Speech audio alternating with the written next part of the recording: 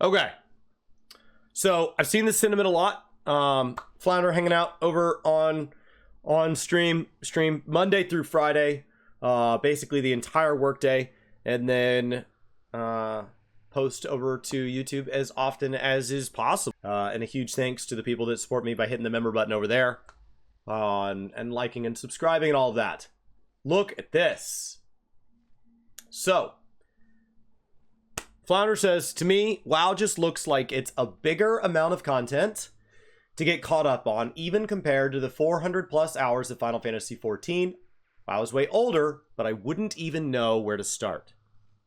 Now, I think there is a lot of truth to this comment, but I also think that some of that truth, in reality, once you did know where to start, would actually kind of clear itself up.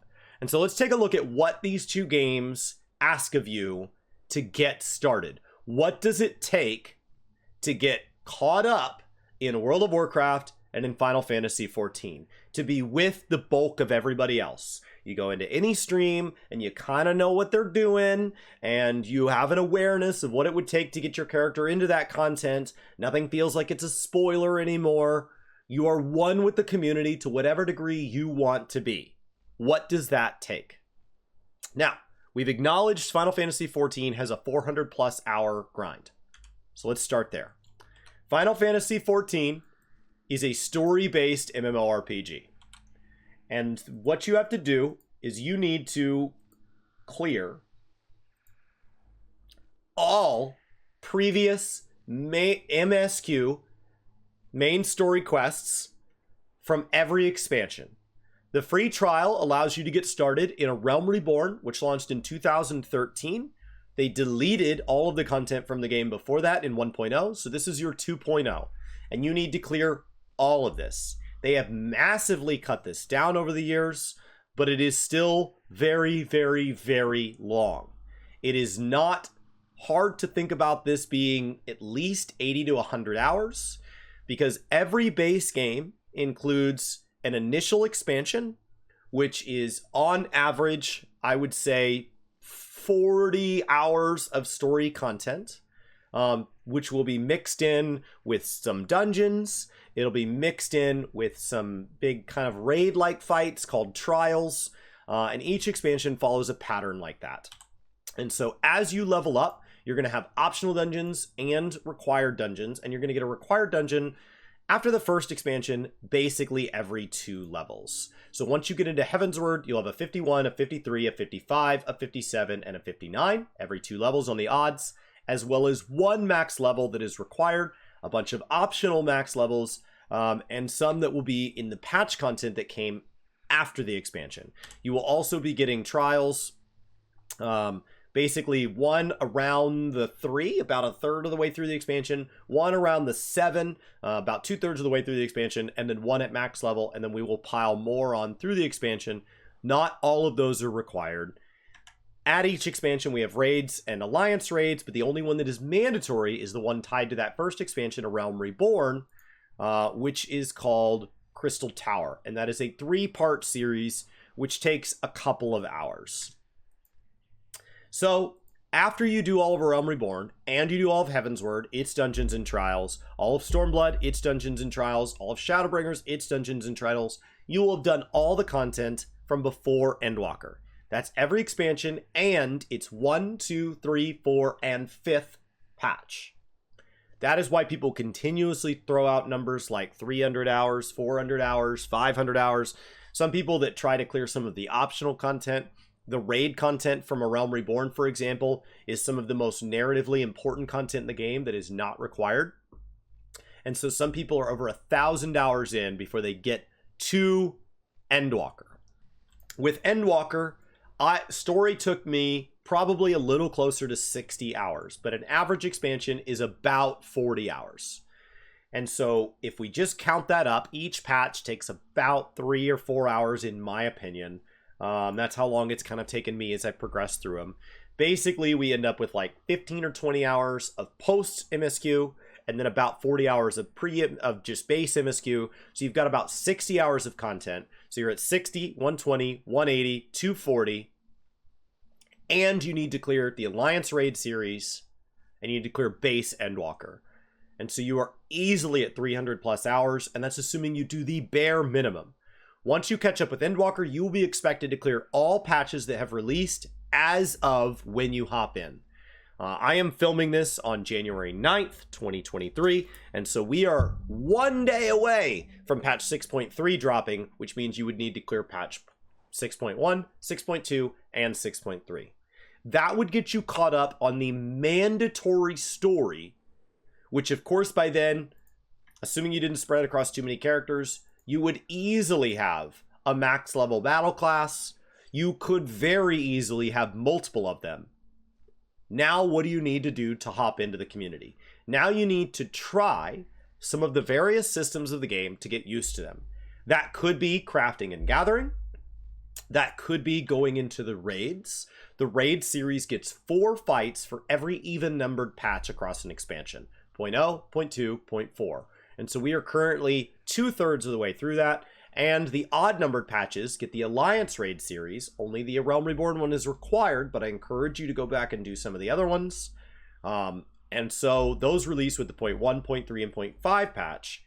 And so easily, once you hit max level, there is somewhere in the ballpark of another 20 or 40 hours of just getting to know the game.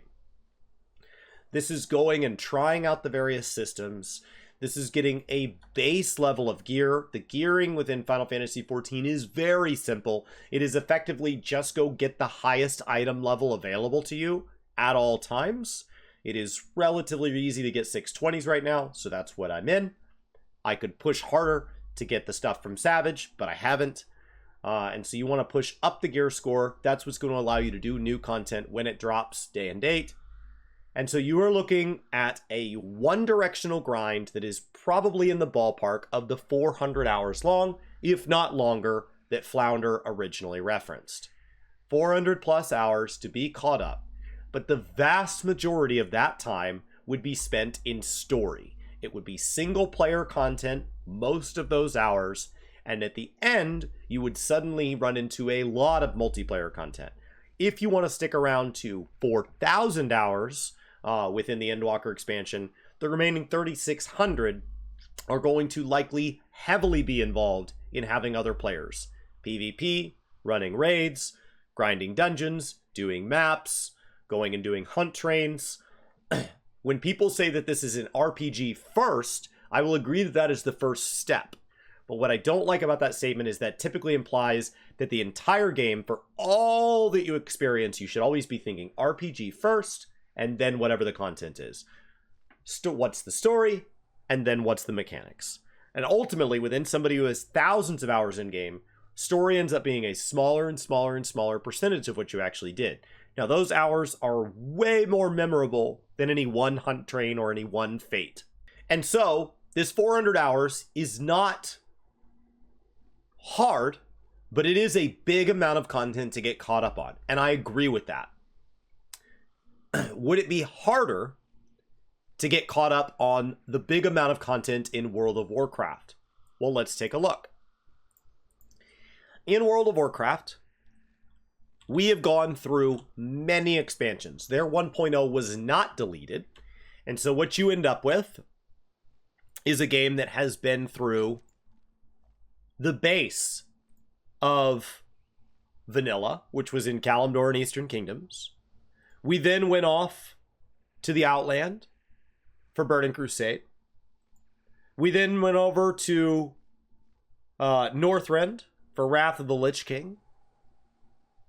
Then we had to come back to the Eastern Kingdoms in Kalimdor for Cataclysm. We went off to Pandaland. Then we went to the Warlords of Draenor. A few moments later. Off to the Shadowlands. And now, we are on the Dragon Isles. That's a lot of content. The story for this game has been heavily invested in and logged within their, I believe, 40 some odd novels. And so you end up with a game that has a lot to do. So how do you get started? How would you even begin? When you think about what I just described, the Final Fantasy XIV method, where you get on a train on its tracks and you ride it to its destination, and its destination is 400 hours in the future, but you never have to decide left or right. You just stay on the train. If a new player is wondering how they get caught up, and you say, what are you doing right now? You say, I'm in the middle of Heavensward MSQ. Keep going. Hey, been a while since we've chatted. I'm just about to wrap up Stormblood. What do I do? Just keep going. You just keep going. Just stay on the tracks. Stay on the tracks. That's all you do. You just stay on the tracks. What do you do in World of Warcraft? Is it hard to get caught up? Well, within the number of hours, actually, it's much simpler to get caught up because it's a lot less than 400 hours. But within the complexity of what you would need to know, it is a lot less clear. A new player is going to end up in Exile's Reach. This is a brand new zone that is just for new players. That's all that goes there. Once you leave Exile's Reach, you cannot go back. I don't actually know lore-wise where Exile's Reach is. Couldn't tell you. But effectively, when you start, you're going to have a chance to start the old way, which would be getting lost in the game, or Exile's Reach. You should always choose Exile's Reach as a new player. Maybe it's required. It should be. This is a 30-minute to 2-hour zone that will take you up to level 10. It's going to teach you how to play your class. It's going to teach you how to use the interface. It's going to teach you what World of Warcraft is at a very, very, very, very fundamental level. After that, you are going to go into battle for Azeroth. The free trial will let you start in Exile's Reach and get through, I think, 10 levels of BFA. So the total amount of content within a free trial is not very good, but that content is much, much newer than what Final Fantasy is doing, and the first 10 levels of it were curated for the purpose of new players, as opposed to a Realm Reborn, and Heavensward is not representative of what a player who plays Endwalker 8 or 10 or 15 hours a week experiences. And so if you are somebody who would like the current endgame of Endwalker, you don't necessarily grasp that within the free trial, but you do get a lot of hours for the free trial. Total quantity, the free trial for Final Fantasy is enormous. But total quality, in this case, I think World of Warcraft actually, Exile's Reach better represents the way we play in End of Dragon and in Dragonflight. It's still not great. It's just better than 14's. Both could afford to continue improving that. After you're level 20, you will continue through Battle for Azeroth, and you will complete either the Horde or Alliance side of it. You will be pushed through the zones in order, where you will do side quests at hubs, and you basically just do anything that grants experience. It's not immediately clear what you're supposed to be doing. The second half of Battle for Azeroth, there was something called a War Campaign quest, and that began to give you that predetermined MSQ Final Fantasy feel, but you will not get there, because you will hit level 60 before you ever get that far into Battle for Azeroth. So even if somehow in Battle for Azeroth, you become invested in the story and the people here, which remember, are building off of lore that you have not done from the rest of the game, you will eventually be kicked out. At 60, you will be automatically told, don't worry about it, you're done, you can come back at your own time if you want, but you no longer need to be in Battle for Azeroth. So you will finish probably half to 3/4 of one expansion, which we are talking somewhere in that 20, 40, maybe 60 hour range, the same as Final Fantasy, but one expansion, just one, and then you will immediately be shipped off to the Dragon Isles. That's where they want you to go. It is substantially less hours. The Dragon Isles does have a campaign quest that will take you through the Waking Shores, then the Honoron Plains, then the Azure Span, then Thaldraszus, in order. It's a woven quest that will feed you enormous amounts of experience and is meant to take you from 60 to 70. You might have to do a couple things along the way, depending on rested experience and how often you kill more monsters than you need to, but you will probably cap just doing the story. It is a mandatory story. So the current expansion experiences are shockingly similar, but the number of hours you've now invested to get into Dragonflight are way less than Final Fantasy XIV. The story is written in a way where I've enjoyed it and not really known immensely what was going on before that. But that also means that any questions you have, it's not immediately apparent where you go. So from a narrative telling standpoint, WoW has a long way to cover the ground, but the original premise was, how would I even get caught up? Where would I even begin? Well, as soon as you hit max level, there is going to be effectively a quest that's going to encourage you to go around and try every piece of content, exactly like you should in 14. Maybe you try crafting and gathering. The crafting and gathering system is much simpler than Final Fantasies. Effectively, you just gather the materials and hit go. There is different quality levels, and you gain knowledge, which allows you to do all these specializations and all these interesting things that funnel it. But the actual act of crafting is very point and shoot, as opposed to in Final Fantasy 14, where the act of crafting and gathering ends up being a little mini game where I use spells and abilities to try to complete progress, manage my quality, all without bottoming out my durability. So it's this whole thing, right? It's this entire process. And so it's a whole mini game to get lost in. The act of getting recipes is the grind within World of Warcraft. The act of going and acquiring the recipes is where most of the grind is. You could also start running the dungeons. In Final Fantasy, I noted that the dungeons would not be optional. You would be doing a lot of them as you go. There are optional dungeons in addition to, but the dungeons in World of Warcraft are not part of the mandatory leveling experience, so you might decide to go jump into the various dungeons tied to the various zones. You also might decide to get into raiding, because frustratingly, the story of this expansion ends, and it kind of sets up the raid. So as much as all the instance content is not required, if you're a narrative player, you're going to have to go to YouTube if you don't want to do the raid to get access to the remainder of what happens.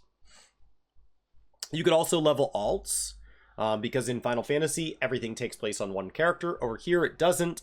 Alts, as they get caught up into Dragonflight, can do the zones in whatever order they want. And you're going to begin just generally driving up your item level.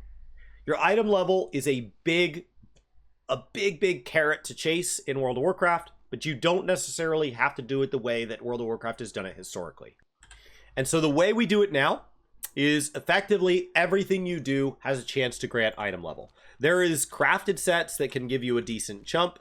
There is rare spawns out in the world that can drop really good loot. There are world quests that are up on 3.5-day timers. So you need to do all your world quests basically twice a week. It's probably the same number of hours per week. To feel caught up in 14, I feel like I need to play about 1 to 2 hours a week to be kind of caught up on current endgame. To be caught up on WoW, I feel like it's less than an hour, but I need to be doing it on 2 separate days throughout the week for a total of probably the same amount of playtime. In 14, I feel like that hour to 2 hours of progression falls off in usefulness. Maybe 10 to 20 weeks within a patch, like within a cycle. And I don't have to, and that updates once every like 8 months. So I feel like, honestly, after like 3 months of an 8-month cycle, I start to not feel that need. The World of Warcraft side feels like they're going to want me to do that hour or two every week forever. If I don't do it, you could pick and choose the things that chase power. A lot of the stuff that's out here seems to be renown, which is mostly just about like unlocking more styles of content. And so it doesn't necessarily feel as power driven as it has in the past. But effectively, you would be in the endgame. You would be caught up. You would run dungeons on normal, then heroic, and then get into mythic. You might try raiding. You might try PvPing. But you are now immediately in the endgame with everybody else, and you just hop in blindly. So, how come this feels more overwhelming? It's substantially less hours. Instead of 400 hours of a curated, predetermined experience, everything I've described here is under 100 hours. I think I cleared the base story of Dragon Isles in like under 25 hours. So it's pretty quick as far as a campaign quest goes. So what's the big deal? You're probably talking under 100 hours as a new player to be caught up. It's that once you hit max level, every system is confusing. In Final Fantasy, the reason it does not feel overwhelming is while you are 400 hours in, higher item level is better. If I want to improve this character, I just need to look for anything with a bigger number that is equipable to this class. That's all I need to do. And if I want to chase a bigger number over here, I do the same thing. Any gear that falls on the ground, I can keep for my other classes. So if I want to gear up my healers, all I need to do is go start finding gear for healers. As opposed to in World of Warcraft, if I find a piece of gear for my warrior while on my druid, many times I cannot send it to my warrior. So I have to do everything twice to experience the game in more than one way. They have gotten a lot better about account-wide, but it's really hard for the amount of account-wide they've done to compete with a game where everything is done on one character. So it's that everything you do over here is a system that has to be learned, and it has to be repeated for as many ways as you want to play as possible. If you just want to try the game, maybe you just want to play with one class. After all, classes do have specializations, which gives them anywhere between 2 and 4 ways to play. Spread across the specs. But as you jump in here, the best way to gear is whatever way is fun. Rares drop gear, dailies drop gear, crafting drops gear, dungeons drop gear, PvP drops, like everything results in gear. It's effectively a mountain. At the bottom of the mountain, any path you take will raise you up the mountain. As you get a little bit higher, there starts to only be a couple of paths. If you are somebody that wants to approach the current max level of 424, I'm in like 349, I'm a super casual, you would effectively need to be climbing at the absolute pinnacle of mythical rating. So it can feel overwhelming because every system is a valid method. And so it starts to take on a little bit of the Guild Wars feeling, where because there isn't necessarily only one way to do things, now you don't know which method you should be doing. And you got launched into endgame so quickly that you weren't necessarily taught along the way. So as far as which game is harder to get into, I would say if you are somebody that time is the thing you are limited on, Final Fantasy by far. Final Fantasy by far. And if you are somebody who enjoys that 400-hour grind, the end game is a huge adjustment. There are people who finish up with that 400-hour grind and then they take a break until there's more story, because actually all that group stuff wasn't why they played. And then all the people who like the group stuff, a lot of them don't make it to cap because they put 100 hours in and they're like, how the hell am I not caught up? And so the difference in that initial 400 and the next 4,000 is so huge in Final Fantasy that if time is your limitation, Final Fantasy is way harder to get into. But if knowledge is your limitation, the ability to go out to YouTube and find joy in reading websites, watching guides, hanging out in Twitch streams, asking questions in Discords, WoW is way harder. It's way harder. Final Fantasy XIV's gearing system is simple. The rotations on your classes, there's only one rotation. Every paladin is a tank. There's not multiple specializations. You're not choosing talents. You don't have gear priority as far as like, this stat is better than this stat. Technically, this trinket's better even though it's a lower item level. No. The vast majority, until you get to the very top of Final Fantasy XIV, higher item level is better. The number of exceptions are very, very small for somebody who's just getting into the game. You just equip what's better. You just stay the course. At the very top, things get complex in any game. But Final Fantasy, as a new player, effectively there's one way to do everything. And so you just do that way and move on. In World of Warcraft, there's lots of ways to do everything, which also means there are wrong ways to do everything. And the game is not necessarily going to stop you. It will just let you waste a lot of time. So I do find that World of Warcraft is substantially more complex to keep up with, but a lot less time, which is interesting because when you ask the players of both those games which game respects your time more, typically I feel that Final Fantasy players believe that the game is more respectful of their time once they are established. Existing players feel that because the systems are so simple, they can come and go as they please. They know exactly what they need to be doing when they come back. It's very easy to play for 2 months, take a break for 4 months, come on back, no big deal. World of Warcraft, on the other hand, the systems are wildly complex, but established players understand them. And yet, the act of taking a break and coming back makes them feel immensely behind. And then there's some new system introduced and they don't know how it works because it's got some new currency for a new zone that's all different.